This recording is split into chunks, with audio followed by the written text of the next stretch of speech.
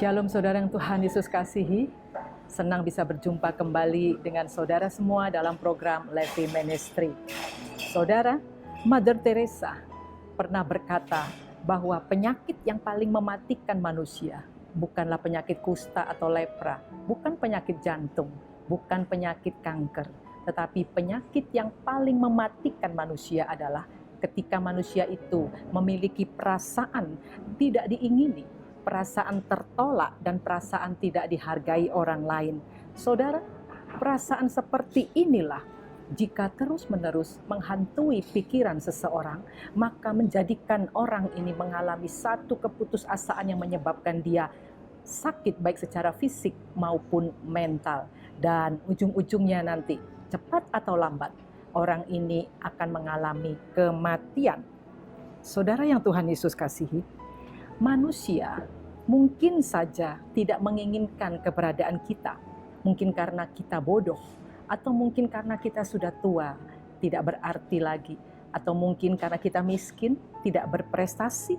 Atau mungkin karena kita jelek, kita cacat, dan kita ditolak oleh lingkungan kita. Mungkin juga kita ditolak oleh keluarga kita, yang seharusnya di tengah-tengah keluarga kita bisa menjadi berlindung, keluarga tempat perlindungan, tetapi nyatanya kita ditolak oleh setiap orang yang ada di sana. Saudara yang Tuhan Yesus kasihi, tapi pada kesempatan ini saya ingin katakan, apabila ada di antara saudara yang mendengarkan renungan ini, saudara sedang berada dalam keadaan yang ditolak, dikucilkan oleh orang lain, saudara jangan cepat-cepat putus asa atau kecewa dan berbuat sesuatu yang akan merugikan diri sendiri. Saudara, dengarkan firman Tuhan pada saat ini yang keluar dari hati Allah sendiri untuk menguatkan kita semua. Saudara yang Tuhan Yesus kasih, Injil menulis bahwa Yesus ditolak oleh keluarganya. Bahkan Yesus ditolak oleh orang-orang sekotanya, yaitu kota Nazaret. Saudara, Yesus diusir dari kotanya, bahkan lebih parah lagi, Yesus akan dilempar dari tempat tebing yang tinggi. Dan Yesus diusir keluar dari kotanya. Mereka, orang-orang kota itu, bahkan saudara-saudara Yesus menganggap bahwa Yesus hanyalah anak seorang tukang kayu, orang miskin. Dia bukan keturunan bangsawan dan bukan keturunan imam. Tetapi kenapa dia berani mengajar dan mengadakan mujizat-mujizat? Mereka semua menolak Yesus karena latar belakangnya. Saudara, apakah Yesus putus asa dengan penolakan itu? Tidak, saudara. Sebaliknya Yesus pergi meninggalkan orang-orang, meninggalkan kota yang menolak keberadaannya, yang menolak ajarannya, yang tidak menghargai dia. Saudara, Yesus tidak fokus kepada orang-orang yang menolak dia. Tetapi sebaliknya Yesus pergi dari mereka, orang-orang yang menolak itu, dan Yesus fokus pada orang-orang yang menerima keberadaannya. Saudara, jika Anda saat ini merasa sangat tertolak, jangan putus asa. Karena apa? Karena Yesus lebih dulu ditolak. Padahal Yesus sudah benar-benar melakukan yang baik. Yesus, kalau kita mau jujur, sudah banyak menolong orang, sudah banyak melakukan mujizat. Tetapi orang-orang itu malahan menolak dia, mengucilkan dia. Saudara yang Tuhan Yesus kasihi, tapi Yesus tetap maju. Dia melakukan panggilannya, memenuhi misi dari Bapa. Dan Yesus menyelesaikannya dengan baik. Karena apa? Karena Yesus fokus kepada misi Bapa, bukan fokus kepada orang-orang yang menolak dia. Saudara, mari kita belajar saat ini dari Yesus. Ada 3 kunci kemenangan atas kita agar kita bisa menang dari penolakan-penolakan manusia dan tidak membuat kita putus asa. Kunci yang pertama, saudara, bahwa kita harus fokus pada undangan Allah. Matius 11 ayat 28, Allah mengundang manusia melalui Yesus Kristus. Marilah kepadaku, kata Yesus, semua yang letih lesu dan berbeban berat, aku akan memberikan kelegaan kepadamu. Saudara, Yesus ingin kita serahkan semua persoalan kita kepadanya. Kenapa? Karena Yesus sudah pernah mengalami penolakan. Yesus sudah pernah mengalami sendiri. Dia dikucilkan bahkan oleh saudara-saudaranya. Dan Yesus bisa mengatasinya dengan benar. Jadi Yesus pun ingin saudara, kita serahkan persoalan kita, masalah kita kepadanya. Karena Dia yang akan menanggungnya. Dia yang akan menanggung beban kita, keletihan kita, keputusasaan kita.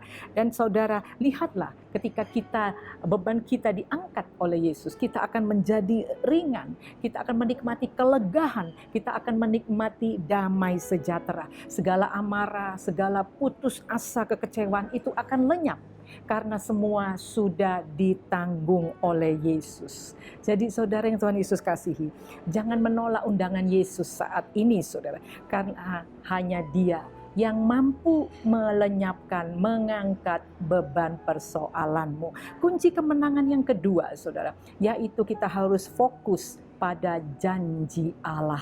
Apakah janji Allah itu? Dalam Yohanes 6 ayat 37 dikatakan demikian. Semua yang diberikan Bapa kepadaku akan datang kepadaku. Dan barang siapa datang kepadaku, inilah janji Allah, ia tidak akan kubuang. Amin saudara. Saudara, luar biasa bukan janji Allah ini? Jika ada orang lain yang membuang dan menolak kita saudara, karena kita sudah tidak berguna lagi, karena kita jelek. Justru sebaliknya, janji Allah mengatakan bahwa Allah akan menerima kita dan merawat kita. Artinya apa saudara? Artinya kita ini sangat berharga di mata Allah. Tentunya kalau kita punya barang berharga, kita tidak akan membuangnya, bukan? Kita akan menyimpannya, kita akan merawatnya. Jangan sampai barang ini rusak dan dicuri oleh orang. Demikianlah janji Allah. Barang siapa yang datang kepadanya tidak akan dibuang, tetapi dia akan dirawatnya.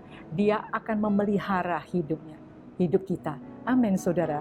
Fokus yang ketiga saudara yang Tuhan Yesus kasih, yaitu fokus pada kasih setia Allah. Di dalam Yesaya 46 ayat 3-4, saudara, kita melihat bahwa sebenarnya inilah janji Allah yang luar biasa, kasih setia Allah yang luar biasa. Kita baca di dalam ayat 3, dengarkanlah aku, hai kaum keturunan Yakub, hai semua orang yang masih tinggal dari keturunan Israel. Hai orang-orang yang kudukung sejak dari kandungan, hai orang-orang yang kujunjung sejak dari rahim. Sampai masa tuamu, aku tetap Dia, dan sampai masa putih rambutmu, firman Tuhan katakan, aku menggendong kamu. Aku telah melakukannya dan mau menanggung kamu terus. Aku mau memikul kamu dan menyelamatkan kamu. Saudara yang Tuhan Yesus kasihi, janji manusia itu bisa meleset. Karena manusia bisa berubah. Janji manusia itu bisa bersifat sementara melihat keadaan. Saudara, tetapi janji Allah itu disertai dengan kasih.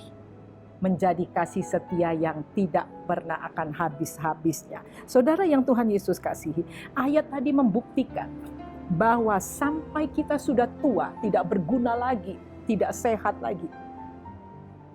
Firman Tuhan katakan, kita akan tetap digendongnya. Kita tidak akan ditinggalkannya. Itulah kasih setia Allah. Banyak orang yang meninggalkan kita. Kita sudah tidak kaya lagi. Kita dikucilkan. Kita tidak berprestasi lagi. Kita tidak menjabat lagi sesuatu. Tetapi Allah katakan, sampai putih rambutmu, aku tetap setia, tetap menggendongmu. Luar biasa saudara. Kita tidak akan dilupakannya, apalagi dibuangnya. Saudara yang Tuhan Yesus kasihi, mulai saat ini, mari jangan lagi fokus kepada apa yang manusia katakan tentang engkau. Jangan fokus kepada apa yang manusia perbuat tentang engkau. Penolakan-penolakan mereka, hinaan-hinaan mereka yang ada di sekeliling kita saat ini. Sebab itu semua tidak ada gunanya. Justru itu akan membawa kehancuran bagi kita. Tetapi ini yang harus kita lakukan. Mari kita memiliki dan kejar 3 kunci ini ya saudara. Fokuslah pada undangan Allah. Fokuslah pada janji Allah. Fokuslah pada kasih setia Allah. Dan saudara yang Tuhan Yesus kasih, Anda akan merasakan betapa berharganya hidupmu di mata Allah. Amin. Tuhan Yesus memberkati.